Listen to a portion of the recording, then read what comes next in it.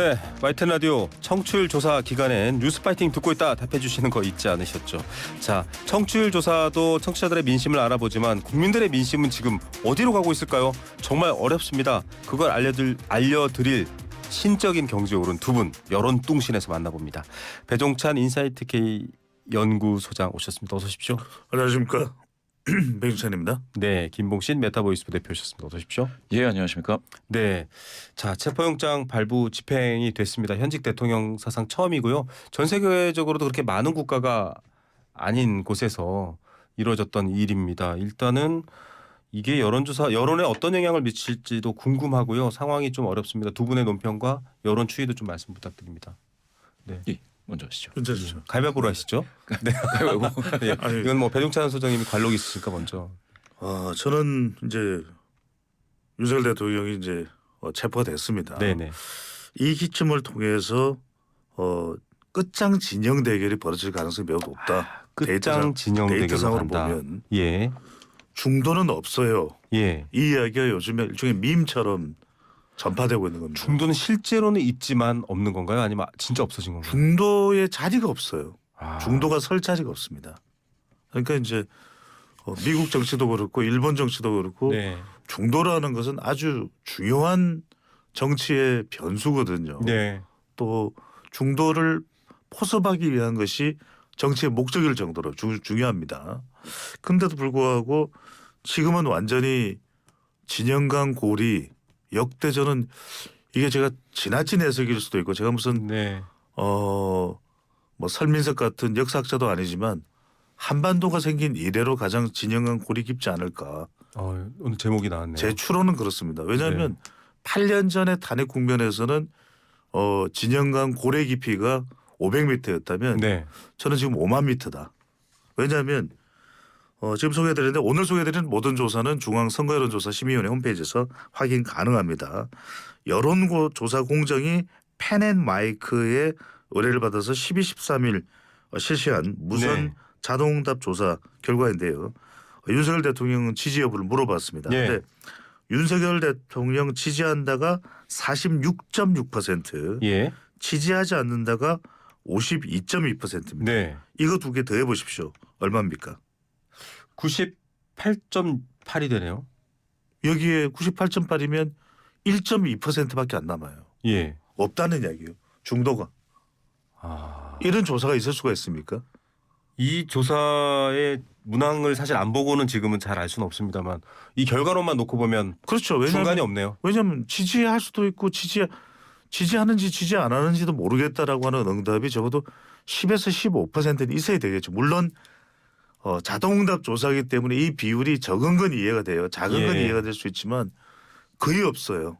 아니, 질문 저희가 그때 저희 네. 질문 대답 이른바 저희가 스케일이라고 부르는 그렇습니다. 지지한다, 조금 지지한다, 모르겠다, 4점 지지- 척도. 예, 5점 네. 척도 이런 게 있는데 만약에 지지한다와 지지하지 않는다만 있을 경우에는 어떤가 이런 의문이 들어서요. 그러니까요. 지금 지지한다, 지지하지 않는다를 더했더니 98.8이죠. 네. 저는 심각합니다. 심각해요. 예. 예. 김봉신 부대표님. 예. 극단 중도가 사라졌다가 지금 오늘 키워드가 되고 있는 상황입니다. 중도가 원래는 더 많죠. 그러니까 네. 일반적으로는 중도 성향이신 분들이 이 인구를 이제 따지자면 한 40 정도 나오고요. 그리고 보수가 한 35. 예. 그리고 진보가 한 25 이랬습니다. 그러다가 많이 네. 이제 진보하고 보수가 비슷해졌습니다. 그래서 중도가 40이면 30 정도다. 네. 진보하고 보수는 이제 30 정도다. 이런 게 일반적이고요. 통설이었는데. 네. 최근에 보면 이제 여론조사에서 보수 성향이신 분들이 많이 응답을 하시는 예. 건 맞습니다. 둘 중에 하나죠. 중도였다가 내지는 잘 예. 모르겠다고 했다가 나는 보수야 이러고 이제 나타나시는 분들이 있다. 네. 이럴 수도 있고요.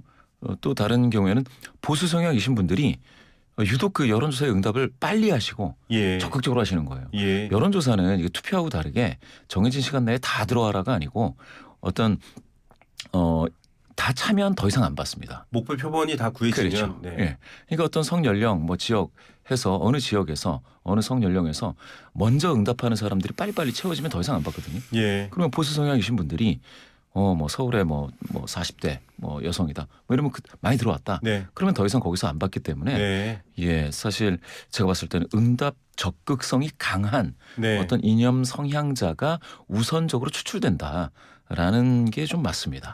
조금 더 들어가 보면요. 리얼미터가 에너지경제신문대로 1월 9일부터 10일 전국 18세 이상 1,006명에게 조사했습니다. 자동응답 방식이고요. 역시 자세한 내용은 중앙선거 여론조사 시민 홈페이지 확인할 수 있는데 국민의힘 지지 40.8, 민주당 지지 42.2. 이 격차가 좁혀졌다라는 문제뿐만 아니라 아까 말씀하신 것처럼 제가 이제 여러 정치인들 오셔도 여쭤보는 질문 중에 하나인데 비상계엄이라는 것과 내란 혐의 수사라는 사안이 아니라 구도의 관점에서 자꾸 바라보고 판단하는 상황이 됐는지 혹은 아니다. 계엄은 계엄대로 평가받는 것이다. 인지 판단하기가 애매합니다. 점점 시간이 지나면서 구도화가 돼요. 구도화가 되고 있다니까요. 그래서 이 방금 전에 이 개요를 말씀하신 리얼미터의 조사에도 네. 두 당만 놓고 보면은 80%가 조금 넘는 수준이면 여기에 조국혁신당, 뭐 진보당, 뭐 등등 다 포함하면 양극단이에요. 네. 그러니까 중도가 없어요. 이게 왜 위험하냐면 사실은 정치의 줄령은 이 중도를 봐야 되거든요. 그래야 중도 쪽으로 갈 수 있어야 그 외연이 확장이 되는 거죠. 좀 자기 지지층만 계속 다지고 있으면 확장성이라는 건 없죠. 왜냐하면 네. 더 극단화되는 거죠. 예. 그러니까 지금 20대, 30대도 그런 현상이 나와요. 네. 그러니까 지금 윤석열 대통령을 방금 전에 소개해드렸던 여론조사 공정의 조사를 보면 탄핵 반대 집회에서 탄핵 반대 집회입니다. 예. 청년층 저기 청년 남성이에요. 예. 그러니까 백골단 이야기도 나오는 게 네. 이게 20대의 경우에도 또 30대의 경우에도 남성과 여성이 나눠져요. 예. 그러니까 이제 진영화된다, 대결화된다. 그리고 이제 일종의 젠더가 구분이 되는데 우리가 이것을 너무 젠더적 차원에서 접근할 것만은 아닙니다만 네. 어떤 이야기냐면 이런 거죠. 그러면 20대 30대 남성들이 탄핵 반대 집회에 왜 모일까? 탄핵을 반대해서 그게 아닌 거죠. 그러니까 이건 다른 기준이 생깁니다. 그러니까 윤석열 정부에서 여성가족부 폐지를 공약으로 내걸었고 네. 그다음에 병사 월급을 또 상당히 인상을 네. 했죠. 그다음에 군복무 가산점도 아주 밀도 있게 논의가 되고 있고 또 하나가 중요한 게 20대 30대를 이야기할 때 특히 남성들을 신안보 세대라고 이야기를 해요. 예. 그러니까 굉장히 안보 이슈 또 미국과의 관계 이런 부분들을 중시하는데 최근에 이제 군이 압박되죠. 예. 외환이다. 뭐 이런 부분들까지 20대 30대 남성들은 영향을 받는다는 거예요. 예. 세대별로는 어떻게 보세요, 김봉신 부대표님? 세대별로 이 지금 얘기 나오는 게 이제 공정 여론조사에서 예. 세대별로 따지면 20대 30대에서 조금 대통령에 대한 지지도가 이제 좋다 뭐 이런 말씀을 하시는 것 같습니다. 그런데 제가 생각했을 때 ARS 조사를 세대별로 분석하기가 되게 어렵습니다. 아, ARS 조사는 이미 응답을 그렇죠. 이제 응답자가 허위 응답하는 걸 방어할 수가 없습니다. 그런데 이제 그 고령자들이 지금까지 내가 이제 남성인데 여성이라고 응답하거나 잘 그 쿼터가 차지 않는 네. 그 할당 추출을 했을 때 그 저연령대 다시 그래서 청년층에서 응답을 잘 안 해주기 때문에 예. 고령자들 입장에서는 내가 60대다 70대다 이렇게 응답을 하면 이제 이탈하거든요. 예. 더 이상 뭐 대상이 아니십니다. 이러고 이제 예. 빠져나가니까 이게 20대 30대로 응답을 많이들 하세요. 그런 비율을 적을 때는 한 5% 많을 때는 예. 한 15% 이렇게 따지기도 합니다. 여의도에서는. 그거는 뭐 여론조사 두 분이 전문가시니까요. 예. 보완책이나 보정할 수 있는 방법이요. 그게 이제 ARS 업계에서 이 문제가 고질적으로 드러났는데 네. 이게 어제 오늘 얘기가 아닌데 이걸 보완하려고 하는 노력이 아직까지는 없습니다. 이렇게 공표가 되고 저희도 사실 이거를 잘못 말하면 방송심의위원회 이런 데 가서 소명을 해야 되거든요. 예. 그런데 사실 조사 자체가 이게 20대가 20대가 아닐 수도 있으면 예. 근본적인 좀 문제가 생길 수도 있는 거예요. 근본적인 문제가 있고 그래서 전화 면접의 근본적인 문제라고 한다면 면접원에 의한 네. 실수나 바이어스가 있을 수 있다라는 네네. 건데 ARS 같은 경우에는 이게 그래서 사실상 학계에서는 이게 아주 대표성 있는 그러니까 국민 전체를 예. 대표할 수 있는 여론조사의 방법이라고 인정받고 있지 못합니다. 예, 뭐 여러 제한점들을 얘기했습니다만 근데 이 점은 또 말씀을 드려야 될 것이 꼭 자동응답 조사에만 국한해서 그렇게 설명을 할 수 있냐 그건 아니라는 거죠. 네. 한국 갤럽이 자체적으로 네. 지난 7일부터 9일까지 무선 가상 전화 면접 조사를 실시한 결과를 네. 보면 아까도 제가 말씀드렸을 거예요. 민주당이 36, 국민의힘이 34인데 이것도 상당히 붙어 있죠. 예. 근데 이게 20대 만 18세 이상 20대도 있고 30대도 있는데 먼저 남성과 여성을 보면 남성에서는 국민의힘이 더 높아요. 예. 국민의힘 37, 민주당 33, 예. 여성은 민주당이 40, 국민의힘이 32예요. 예. 그다음에 30대의 경우에는 지금 탄핵 정국 속인데 민주당이 33, 지지를 잘 못 얻고 있죠. 반면에 국민의힘은 27입니다. 네. 27이니까 큰 차이가 없죠. 예. 그러니까 이런 부분들은 눈여겨봐야 되는 부분이에요. 지금 개요는 조사 기간 조사 기간은 7일부터 9일까지. 네, 빠지면 저희가 또 안 놓치면 안 됩니다. 네. 지금 대통령이 체포영장 집행 직전에 이런 말을 했습니다. 요즘 레거시 미디어 신문 방송 이런 언론을 말하죠. 너무 편향됐기 때문에 유튜브에서 잘 정리된 정보를 보라. 2030 세대 일부 유튜브 채널에 이런 노력들이 모여서 지지율이 오르고 있다. 이렇게 메시지를 냈습니다. 지금 양극화, 양극단으로 치닫는 문제를 배종찬 소장님께서 말씀해 주셨고 여기에 있어서 좀 여론이 출렁거리는 상황도 김봉신 부대표께서 얘기해 주셨는데 김봉신 부대표님 대통령이 이런 메시지를 한 것도 2030에 영향을 미치는 건가요? 글쎄요. 2030 중에 일부 이제 보수 성향을 강하게 가지시는 그런 분들께는 이제 영향이 있을 수가 있겠는데요. 아까 배종찬 소장님께서 말씀 주신 펜앤마이크 네. 여론사 공정 그 조사를 보면요. 보수가 37.8%, 네. 중도가 39인데 진보가 17.7%입니다. 네. 진보가 17.7이에요. 20 밑으로 조사가 돼요. 응답자의 성향. 예. 네. 그런데 이제 이런 정도의 조사를 가지고 방금 이제 갤럽하고 비교를 하셨는데 갤럽 내에서 이제 세대별 남녀별로 있어서 오차범위 이내의 격차가 있는 경우가 가끔 있는데요. 그게 이제 수치로서 더 많다고 해서 그거를 어디가 더 일방적이다. 그래서 지금 청년층에서는 그래서 대통령에 대한 지지도가 굉장히 높고 그래서 뭡니까 양극단화되어 있어서 국민의힘 지지도가 더 상대적으로 높다. 이렇게 일반화하기가 어려워요. ARS 조사에서 나타나는 경우에 이처럼 보수가 이게 좀 저는 사실은 보수 과표집 이런 말은 안 하거든요. 예. 진보 과표집 이런 과표집이라는 것은 있을 수 없다. 예. 왜냐하면 모수치를 알 수 없기 때문에. 예. 그런데 이 정도는 조금 심하다.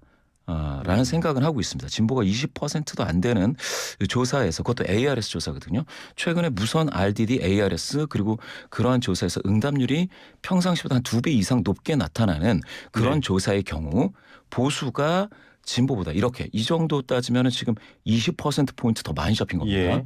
이런 조사의 결과를 어디까지 믿어야 되느냐. 방금 이제 소장님께서는 갤럽하고 이제 비교를 하셨는데 이 조사에서 펜앤마이크 공정조사에서요. 정당 지지도가 더불어민주당이 39.8이니까 40 나왔다고 하면 국민의힘은 45.7입니다. 5점이 이내이긴 하지만 예. 이렇게 나오는 건 굉장히 이례적인 일이죠. 그래서 예. 제가 봤을 때는 이와 같은 조사를 볼 때 ARS 조사가 가지고 있는 근본적인 한계를 지적하지 않고서는 이해가 안 될 때도 있는 겁니다. 예. 근데 제가 짧게만 말씀드리면 이 조사 기관이 조사를 할 때 성 또 연령 또 지역은 통제가 돼요. 근데 이념 성향은 조사가 끝나고 난 이후에 집계가 되는 겁니다. 예. 그러면 이 조사 기관이 어떤 의도성을 가지고 했다? 그럼 그 이전에 나왔던 다 인용을 했던 리얼미터나 또는 다른 한길 리서치나 등의 조사들은 다 믿을 수가 없다는 이야기입니까? 그러니까 저는 중요한 것은 뭐냐면 왜 그러면은 보수라고 생각하는 응답자들이 많이 적극적으로 응하느냐? 왜 진보라고 그렇지 않습니까? 탄핵 정국이면은 오히려 윤석열 대통령에 대한 비판 또 국민의힘에 대한 지금 민주당에서는 내란 정당이라고 규정을 하고 있으니까 네. 그러면 오히려 진보 성향의 민주당 지지하는 쪽에서 조사에 더 적극적으로 응할 것 같은데 그렇지 않은 이유는 뭘까? 이 분석을 하는 게 맞는 거겠죠. 네. 네. 자, 뭐 지금 얘기한 바에 대해서는 여론조사의 한계점과 여론조사를 잘못 오독할 수 있는 위험 요소에 대해서는 한번 김봉신 부대표가 지적해 주셨고요. 어쨌든 지금 추세라든지 여러 구도상으로는 풍부한 중도층에서 의견이 교환되거나 확장되는 방식이 아니라 양극단 핵심 지지층 속으로 가고 있는 상황이다라는 우려도 함께 얘기해 주셨습니다. 뭐 서로 대립되는 얘기라기보다는 같은 얘기인 것 같은데 이런 얘기도 했습니다. 윤석열 대통령이 친필 편지를 남겼잖아요. 거기에 들어가 있는 내용입니다. 제가 요 한 문단만 읽어드릴게요. 부정선거 시스템은 한 국가의 경험 없는 정치 세력이 혼자 독단적으로 시도하고 추진할 수 있는 일이 아닙니다. 투개표 부정과 여론조사 조작을 연결시키는 부정선거 시스템은 이를 시도하고 추진하려는 정치 세력의 국제적 연대와 협력이 필요함을 보여줍니다. 윤 대통령도 여론조사에 대해서 못 믿겠다는 뉘앙스의 말을 근데 했어요. 이 부분은 제가 분명히 말씀을 드려야 될 것 같아요. 그러니까 여론조사라는 것이 특정 정파를 대변하기 위해서 왜곡돼서는 안 된다. 호도돼서는 안 된다. 왜냐하면 네네. 한국갤럽의 조사에서도 분명히 국민의힘과 민주당이 붙어있는 조사이긴 합니다. 네. 국민의힘이 34%, 민주당이 36%인데 이 내용에서 윤석열 대통령 탄핵에 대해서도 물어봤어요. 네. 한국갤럽이 찬성이 64예요. 네. 그다음에 반대가 32예요. 예. 그럼 무슨 이야기냐면 지금 보수청이 결집하고 직결한다라는 것이 윤석열 대통령 탄핵 이 정국에 대해서 네. 반대냐? 그건 아니라는 거예요. 네. 그러니까 이 부분을 잘 읽어야 되는 거죠. 그러니까 윤석열 대통령이 작성한 뭐 서면 편지 네네. 또는 영상 메시지를 통해서 지지층들은 결집을 하겠죠. 네. 하지만 그렇다고 해서 대통령이 비상계엄을 한 것에 대해서 아무렇지도 않게 또 탄핵 심판을 받아야 되는 것에 대해서 이거 안 받아도 되는 것으로 그렇게 이해하는 것은 아니라는 것이죠. 탄핵 찬성 여론조사는 방금 말씀하신 갤럽뿐만 아니라 저희가 여태껏 얘기할 때 좀 비슷한 추세였던 것 같습니다. 예, 비슷한 추세입니다. 그런데 사실은 탄핵 가결 직후에 비하면 약간 좀 잦아든 거죠. 네. 아무래도 이제 응답자 구성이 바뀌었을 수도 있겠고요. 그다음에 탄핵 가결 직후와는 좀 분위기가 좀 다른 몇 가지 이제 이슈가 있었을 수가 있겠습니다. 여러 가지로 봤을 때 아까 말씀 주셨던 사실상 윤석열 대통령의 친필 편지라든지 예. 아니면 그게 가지고 있는 맥락적 요 의미가 사실은 어떤 보수 성향의 유튜버 그런 분들이 이야기하는 것하고 맥락적으로 이제 같이 가고 있다라고 예. 한다면 제가 봤을 때는 이거는 앞으로 이 보수 세력이라고 할 수 있는 국민의 힘이라든지 이런 쪽에는 걸림돌이 될 수가 있죠. 왜냐하면 아까 말씀 잘 주셨는데 보수 성향이신 분들끼리의 어떤 서로 간에 이렇게 반복적으로 회람하고 서로 강화하는 그런 논리들이 중도 성향이신 분들하고는 균열이 점점 벌어질 수가 있습니다. 그렇게 되면은 이제 앞으로 국민의힘이 이 큰 선거를 앞두고는 어떻게 될지 또 수권 정당으로서 스스로 이제 포괄 범위 어디까지 우리는 국민을 포괄하고 그래서 대변하겠다 이런 것들 전략적인 비전을 마련하고 자신들의 노선을 결정할 때 이게 별로 도움이 되지는 않는다고 봅니다. 예. 확장성 얘기를 해주셨는데 사실 민주당 입장에서도 그렇다고 안심할 수 없는 게 지금 여론조사 결과가 그렇죠. 대변합니다만 반사이익이라는 말을 국민의힘에서는 해요. 스스로. 우리가 잘해서 그런 거 아니다. 이런 구도잖아요. 그러니까요. 그러니까 민주당에서 지지율이 이 탄핵 심판 정국에서 왜 높지 않은가 그 이유를 분석을 해야 되겠죠. 그 네. 이야기는 첫 번째로는 지지층들이 더 결집되지 않는다는 네. 이 현상에서 또 하나는 중도층이 우리 민주당의 손을 들어주고 있지 않다. 그 이유는 뭘까라는 거죠. 네네. 그러면 민주당 차원의 원인 또는 이재명 대표가 제일 주목받고 있는 인물이면 분명합니다. 그러면 이재명 대표에 대한 경계 심리가 보수층을 결집시키면서 중도층은 들어오지 않고 있는 이유가 되거든요. 예. 그다음에 이걸 해소하기 위해서는 지금 전용기 의원이 내란 선전선동의 그런 글들을 민주파출소. 그렇죠. 민주파출소를 통해서 색출해서 뭐 일반인일지라도 네. 또는 그것이 이제 뭐 유튜브나 이렇게 되면은 발본색원하겠다라고 이야기를 합니다. 민주당 측 입장에서는 명백한 허위 사실의 조직적 유포라고 단서를 달았습니다만 그런 말씀들이 대상은 일단 일반 그렇죠. 국민인 이런 거니까. 시국에 이렇게 되면은 네. 이런 부분들이 굉장히 크게 의심을 살 수밖에 없어요. 네. 어떤 이유냐? 네네. 실제적으로 지금 그대로 개요를 말씀드립니다. 빅데이터 분석인데 썸 트렌드로 지난 10일부터 이게 이제 불거지기 전에 네네. 10일부터 14일까지 분석을 예. 해보면 이 빅데이터 감성 연관어가 부정적이에요. 예. 고발하다, 비판. 그러니까 대중들은 이런 걸 논리적으로 이해를 하지 않습니다. 예. 가짜 뉴스면 여야가 따로 있느냐. 그리고 가짜 뉴스가 정치권이 제일 많더라. 네. 또는 정치적인 성격의 유튜브에서 제일 많더라. 거기부터 색출하라. 뭔 소리냐 일반인들이. 우리가 먹고 살기 힘든데 우리가 뭐 잘못했냐. 그러니까 오히려 더 큰 반발이 될 수밖에 없는 것이고 예. 실제 이걸 비율상으로 봤을 때도 긍정 감성 연관의 비율은 6%, 부정이 무려 93%예요. 네. 빅데이터 분석입니다. 그렇다면 이런 접근보다는 오히려 민생을 접근해야 되죠. 예. 통신비를 가감하게 절반으로 가겠다. 그걸 국회에서 민주당이 주도하겠다. 그다음에 좀 일반 유권자들 중도층들이 의심할 수 있는 것이 한미동맹에 균열이 네. 있는 거 아니냐. 네네. 정권이 바뀌면 아니다. 이재명 대표는 한미동맹에 대해서 그 누구보다도 굳건하게 예. 사수할 용의가 있다. 군은 또 군대로 강해져야 된다. 이런 부분들을 또 천명하고 재차도 발표하고 구체적인 안까지 내면 그래도 중도층에 봤을 때 그래도 보니까 이런 알겠습니다. 정책에 대한 비전이나 이런 것들이 민주당에 좀 더 관심을 기울이게 만드는 이런 어떤 효과가 나올 수가 있겠죠. 네. 민주당의 전략이 오히려 비상겸이나 내란보다는 조금 거리를 두고 민생을 얘기하면 오히려 지금 구도가 달라질 수 있다. 어떻게 보세요? 맞습니다. 정확하게 이제 100% 공감되는 내용이고요. 민생에 집중해야 되는 것은 맞습니다. 다만 좀 그런 거는 있는 것 같아요. 민주당이 민생 행보를 하려고 하면 꼭 국민의당에서 벌써 대통령 행세하느냐, 국민의힘에서. 국민의힘에서 뭐 이렇게 좀 보수 쪽에서 이야기를 하는 분들이 있는데요. 그런 거는 좋은 것 같지는 않아요. 그러니까 네. 민생에 서로 잘하기 경쟁을 하면 더 좋을 것이다 이런 생각이 들고요. 네.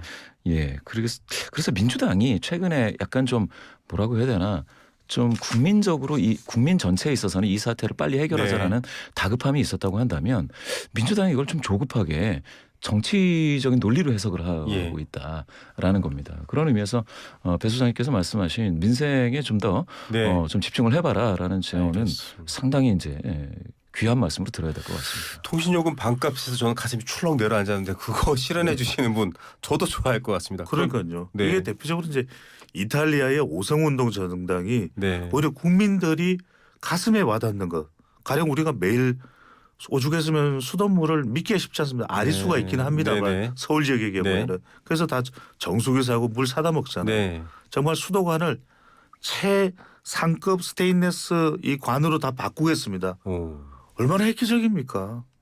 이게 와닿는 거죠. 배종찬 소장님이 곧 이 코너에서 빠지고 TV에서 얼굴을 보이시는 게 아닐지. 아니면 통신요금 반값 네. 기다리겠습니다. 저는 오직 뉴스파이팅이네요. 알겠습니다. 자, 이 시간이 뭐 많지는 않은데 이 얘기는 해야 될 것 같습니다. 두 분이 워낙 또 여론조사 전문가시니까요. 탄핵 심판 인용 혹은 기각 결정되지 않았습니다만 방금 쭉 논의한 바가 거의 조기 대선이 치러졌을 경우에 대한 전제이긴 합니다만 대선의 키워드. 왜냐하면 저는 배 소장님 M여중 교장 선생님이라고 부르고 있는데요. MZ세대 여성 중도층을 예. 공략해야 대통령 선거 이긴다. 좀 적중한 면이 있었습니다. 지난 대선에서. 그래서 그런 방식으로 조기 대선이 치러진다면 지금 가장 공략해야 될 핵심 가치 키워드가 뭔지 뭐 이건 뭐 정확하지 않더라도 좋습니다. 뭐 M여중 같은 표현이 아니어도 괜찮습니다. 예.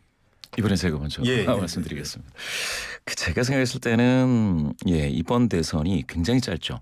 네. 굉장히 짧게 좀 만약에 조기 대선이 된다면 짧게 될 텐데 제가 봤을 때 핵심적인 그 키워드로는 국격이 등장할 것 같습니다. 국격. 예. 네. 그 이유는 이제 한일 관계가 이제 정상화된 지 60년인가요? 뭐 그런 것도 있겠고요. 미국이 네. 이제 트럼프 2기가 시즌 2가 이제 시작이 됐습니다. 거기에 또 에이펙을 준비하고 있고요. 네. 이런 것들이 있는데 지금 사실 탄핵 이후에 조기 대선이 된다면 이번에 또 다시 고관여된 양 진영의 유권자들의 어떤 갈등이 발생한다면 예. 이건 그야말로 다시 한번 네거티브 대선이 되는 건데 네. 그 중에서도 누군가가 국격을 먼저 손에 잡는 사람이 있다면 네. 그 사람이 승기를 확실히 잡을 수 있다. 국격 두 글자 짧습니다. 저는 소안실이다. 결국 우리가 필요한 정치는 소통이에요. 소통. 예, 두루두루 여야 간에 네. 아래 위로 소통 좀 잘했으면 그렇죠. 좋겠어요. 중요합니다. 이게 핵심이죠. 국민들이 정말 원합니다. 두 번째는 저는 아는 뭐냐면 네. 안정. 소통, 국민들이 안정. 예. 정치 신경 안 써도 될 정도로. 예. 이건 뭐 알아두면 돼. 너무 잘하는데 예. 뭐하러 우리가 신경 써. 마지막은 실력입니다. 실력. 네. 중도고 또 뭐 진보고 보수고 그거 제대로 가릴 수 있는 사람 몇 명이나 됩니까? 네. 먹고 살기 바쁜데 뭘 따지고 묻고 중요한 건 실력이에요. 예. 실력을 보여주면 됩니다. 그래서 저 정당 저 지도자 실력 있다. 예. 아니 내가 욕은 할 수 있지만 실력 있는 만큼은 내가 뭐 어쩔 수가 없네. 예. 이런 사람이 나와야죠. 야, 뭐 소안실입니다. 국격과 소안실 저는 같은 말로 들립니다. 소통 잘하고 안정적이면서 실력 있는 사람이 국격을 올릴 수밖에 없기 때문에 국격과 소환실 이 두 개의 키워드 여러분들 앞으로 펼쳐질 정치 국면에서 배종찬, 김봉신 두 분의 이야기로 잘 새겨 들으시고요. 역시 엠여중 교장 선생님 실망시키지 않는 소환실. 네. 예, 알겠습니다. 다른 캐릭터를 빨리 김봉신 부대표도 하나 만들어 드려야 되는데요. 예. 오늘 두 분의 얘기 또 여러 가지 주위에서 여론조사와 민심을 읽어야 된다는 얘기까지 여러분들 잘 귀담아 들으시고요. 정치권에서도 이 코너 많이 듣고 계시거든요. 아마 오늘 또 각 회의에서 등장할 것 같습니다. 두 분 말씀 여기까지 듣겠습니다. 감사합니다. 고맙습니다. 네, 인사이트 K 배종찬 연구소장, 메타보이스 김봉신 부대표 두 분과 함께했고요. 다음 주 목요일도 오십니다.